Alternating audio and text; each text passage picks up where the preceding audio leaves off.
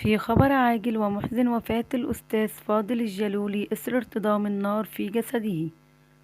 هنشوف تفاصيل الفيديو، بس قبل ما نكمل الفيديو ما ننساش نعمل لايك واشتراك للقناة.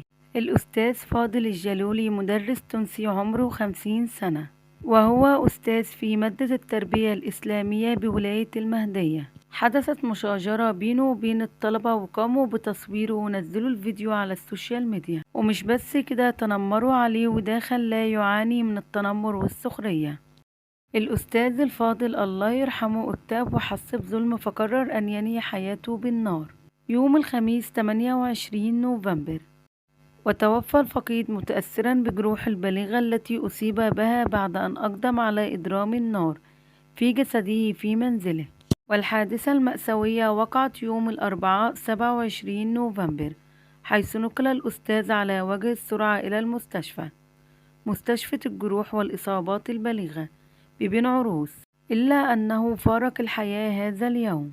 حادثة أليمة وقعت بسبب التنمر.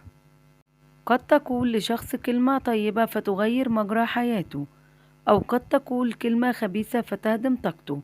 أضيء أرواح الناس بالكلام الطيب. بكلمة واحدة يمكن تحويل الفرح إلى مأساة، والصداقة العميقة إلى عداوة. يوميات البشر قائمة على كلمات طيبة. رحم الله الفقيد وأسكنه فسيح جناته.